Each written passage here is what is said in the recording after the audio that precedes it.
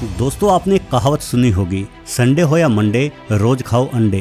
वैसे अंडे खाना हर किसी को पसंद नहीं होता। कुछ व्यक्ति शुद्ध शाकाहारी बने रहना ही अधिक पसंद करते हैं, किंतु अंडों को अपने भोजन में शामिल करना स्वास्थ्य की दृष्टि से अच्छा है।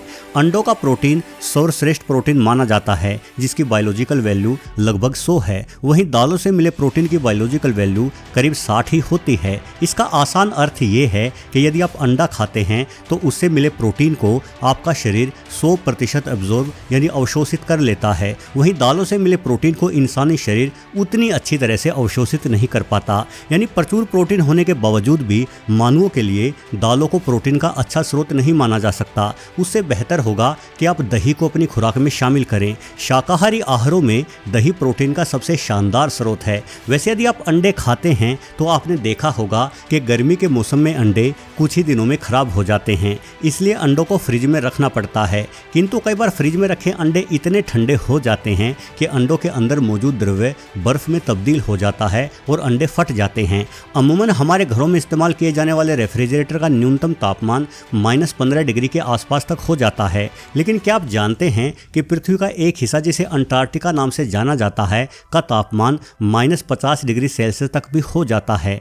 बावजूद इतने ठंड के यहाँ रहने वाले पेंगुइन्स के अंडे सुरक्षित रहते हैं। इन अंडों में मौजूद द्रव्य बिल्कुल भी नहीं जमता। भला ऐसा कैसे संभव है? तो चलिए आज के वीडियो में यही समझने का प्रयास करते हैं कि आखिर इतनी भयंकर ठंड में किस तरह की मुसीबतों को झेलते हुए ये पेंगुइन्स खुद को और अंडों के रूप में अपनी आने वाली पीढ़ियों को सुरक्षित रखते हैं।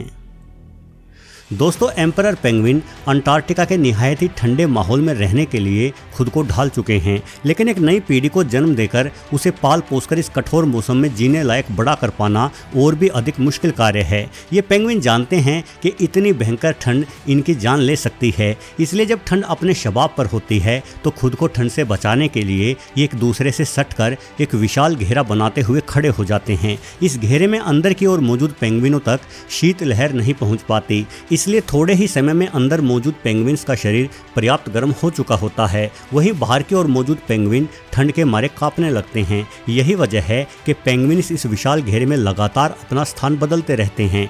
अंदर वाले पेंगुइन धीरे धीरे बाहर की ओर खिसकते हैं और बाहर वाले अंदर की ओर।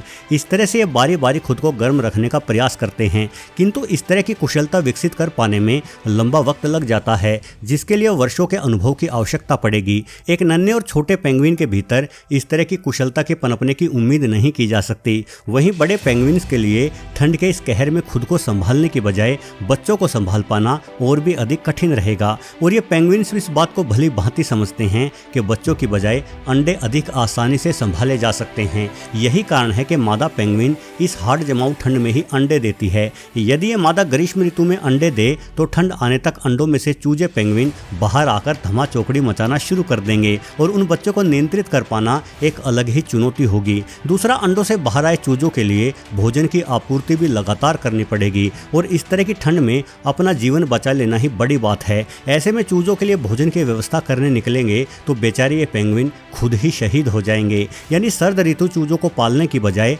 अंडे देने के लिए आदर्श समय कहा जा सकता है। वैसे मजे की बात यह है कि इन पेंगुइन्स के संसार में अंडे देने की जिम्मेदारी भले ही मादा की हो, किंतु उन अंडों को सेने की और चूजों के निकलने तक अंडों को सुरक्षित रखने की जिम्मेदारी नर पेंगुइन की होती है। मादा अंडे देकर समुद्र में भोजन की तलाश में निकल जाती है। ये मादाएं ऊपर के इलाकों की ओर अपनी यात्रा शुरू करती है, जहां अपेक्षाकृत कम ठंड पड़ती है। दूसरी ओर पीछे छूट चुके नर पेंगुइन अपनी जान देकर भी अंडों की हिफाजत करने का जज्बा लिए हुए होते हैं। वो मादाओं के लौटने का इंतजार करते हैं, एक लंबा इंतजार। इस दौरान ये नर अपने पैरों पर टिकाकर पेट के निचले हिस्से में अंडों को दबाए हुए रखते हैं, जिससे इनके खुद के शरीर की गर्मी अंडों को मिल सके और अंडे जमीन से बचे रहें। नर के पेट का निचला हिस्सा इस तरह से होता है कि ये भीतर की ओर सिकुड़ता हुआ इन अंडों को एक थैली के समान घेर लेता है और चारों ओर से अंडे को गर्माइश प्रदान करता है। अन्य पक्षियों की ही भांति पेंगुइन्स का शरीर भी छोटी परों से ढका हुआ होता है, जिस कारण इनका शरीर अधिक मात्रा में ऊष्मा भी खुद के भीतर संभाले रखता है। भयंकर ठंड के दौरान और खासतौर पर रात्रि के समय पिता पेंगुइन ये विशेष तौर पर ध्यान रखता है कि उनके द्वारा पकड़ा गया अंडा बर्फ से दूर रहे। इसलिए पेंगुइन अपनी एड़ी भी उठाए रखते हैं ताकि अंडे का संपर्क जमीन से ना हो पाए, और इसी तरह से एड़ी उठाए हुए ये बेचारे पूरी रात बिता देते हैं। जब पेंगुइन खड़े खड़े थक जाते हैं तो भी अपने पंजों, एड़ी, पूंछ और छाती के बल इस तरह से जमीन पर बैठते हैं जिससे उनके पेट का निचला हिस्सा जमीन से ना सटे और अंडा सुरक्षित रहे। ये पेंगुइन महीनों तक ऐसे ही खड़े रहकर और बैठकर दोनों ही अवस्था में अपने पेट को जमीन से दूर रखते हैं। सच में ऐसा समर्पित पिता जीव जगत में ढूंढ पाना मुश्किल है। वैसे दोस्तों, एक पिता पेंगुइन की महानता सिर्फ अपने अंडों को सुरक्षित रखने तक ही सीमित नहीं है, अपितु चूजों के अंडों में से बाहर निकलने पर पिता पेंगुइन अपना दूध तक अपने छोटे चूजों को पिलाते हैं। आपको लगता होगा कि ऐसा कैसे संभव है? जो जीव अंडे देते हैं वो दुग्ध उत्पादन नहीं कर सकते, और यदि कर भी सकते हो तो भी ये जिम्मेदारी मादा के हिस्से में आती है। किंतु पेंगुइनों के संसार में नर और मादा दोनों ही पक्षी दुग्ध उत्पादन कर भी सकते हैं और उस दूध से अपने चूजे की भूख भी मिटाते हैं। हालांकि ये दूध दिखने में गाय के दूध या मानव दूध जैसा नहीं होता और ना ही ये उस तरह से पैदा होता है, बावजूद इसके ये काम दूध की ही तरह करता है, यानी छोटे चूजों को इस दूध से भरपूर पोषण मिलता है। दरअसल पेंगुइन पक्षी की गर्दन में एक थैली जैसी बनावट होती है जिसमें दूध की ही भांति तरल पदार्थ निर्मित होता रहता है। इस दूध को जीव वैज्ञानिक क्रोप मिल्क कहते हैं। नन्हे पेंगुइन अंडों से बाहर निकलने पर अपने पिता के मुंह में चोंच डालकर इस तरल पदार्थ को बड़े ही चाव से पीते हैं। वैसे इस तरह से गले में दूध जैसे पदार्थ का उत्पादन पेंगुइन के अतिरिक्त कबूतर और कई अन्य पक्षियों में भी होता देखा गया है। ये दूध जैसा पदार्थ बेहद पोषक होता है। वर्ष 1952 में प्रयोग के तौर पर पेंगुइन के इस दूध को मुर्गी के कुछ चूजों को पिलाना शुरू किया गया। ऐसे में जिन चूजों ने ये दूध पिया वो चूजे अन्य सामान्य चूजों की तुलना में करीब 40% तक अधिक बड़े और तगड़े हो गए।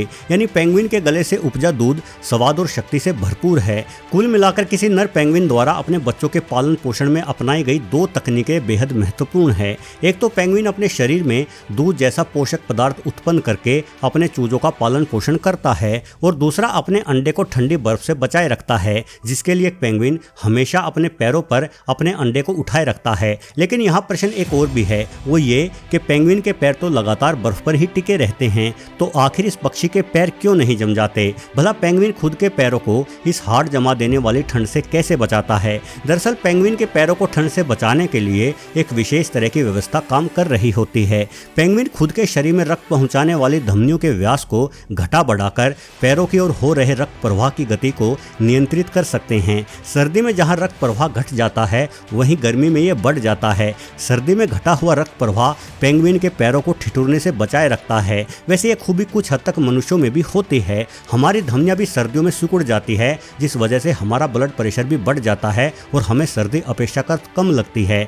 किंतु सर्दियों में अपनी धमनियों को नियंत्रित करने के मामले में मनुष्य पेंगुइन जितने सक्षम नहीं होते। पेंगुइन तो इस तकनीक द्वारा खुद के पैरों को इतना गर्म कर लेते हैं कि उनके पैरों के नीचे मौजूद बर्फ तक पिघल जाती है। यानी भले ही इस भयंकर ठंड में अपना जीवन जी पाना बड़ा ही मुश्किल लगे, किंतु पेंगुइन एक ऐसा जीव है जिसने खुद को इस बर्फ में रहने के लिए हर परिस्थिति से लड़ना सीख लिया है। इन विपरीत परिस्थितियों से लड़ते हुए न सिर्फ पेंगुइन खुद के जीवन को सुरक्षित रखते हैं, अपितु अपनी आगे आने वाली अनेकों पीढ़ियों को भी दुनिया में आने का शानदार मौका देते हैं। वीडियो देखने के लिए आपका बहुत बहुत धन्यवाद।